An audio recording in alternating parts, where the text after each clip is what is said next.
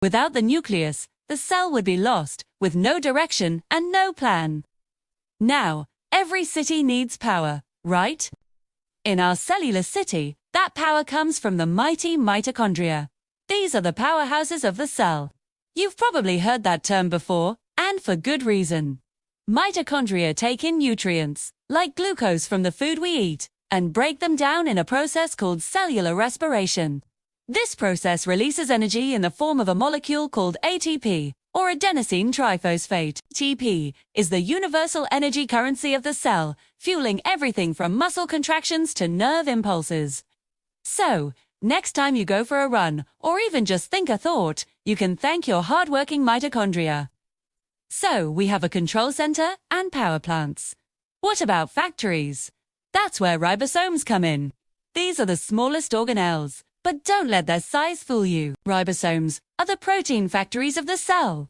Following the instructions sent from the DNA in the nucleus, ribosomes link amino acids together in the correct order to build complex proteins.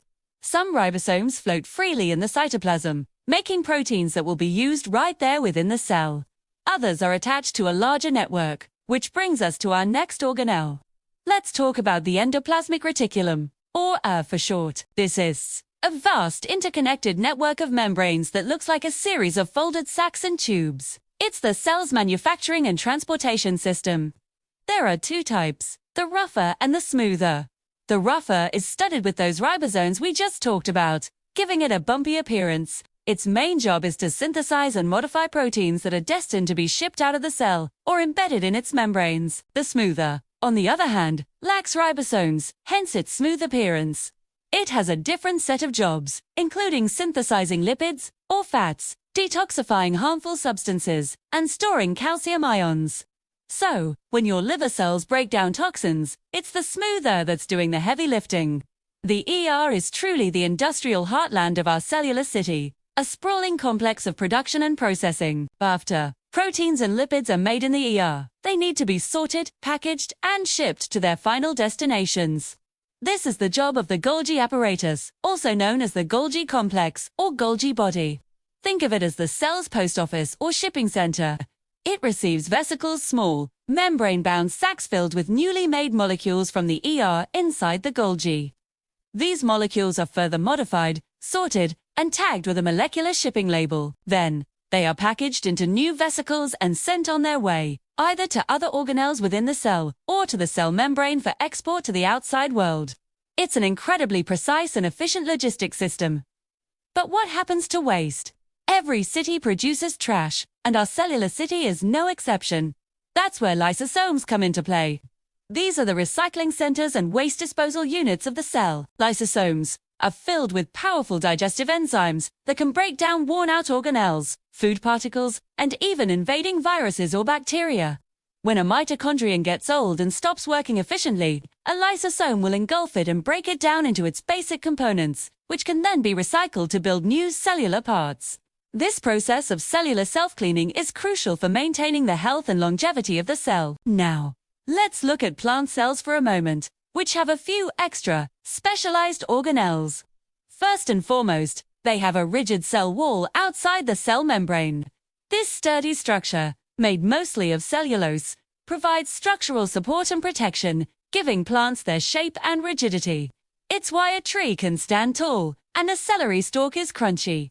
Plant cells also have chloroplasts, the sites of photosynthesis. These are the solar panels of the plant world. Chloroplasts contain a green pigment called chlorophyll, which captures energy from sunlight. They use this light energy, along with water and carbon dioxide, to produce glucose sugar, which serves as food for the plant. This incredible process not only feeds the plant, but also releases the oxygen that we animals need to breathe. So, in a way, the work done inside these tiny chloroplasts sustains almost all life on Earth.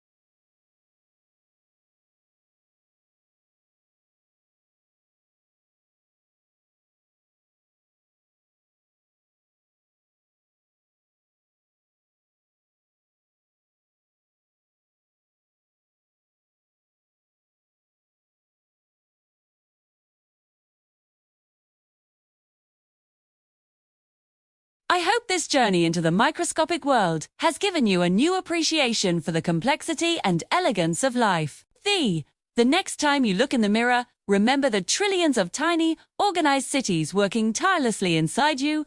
Thank you so much for joining us today. If you enjoyed this deep dive into cell biology, don't forget to hit that like button, subscribe to our channel, and ring the notification bell so you won't miss our next scientific adventure. Until next time, stay curious.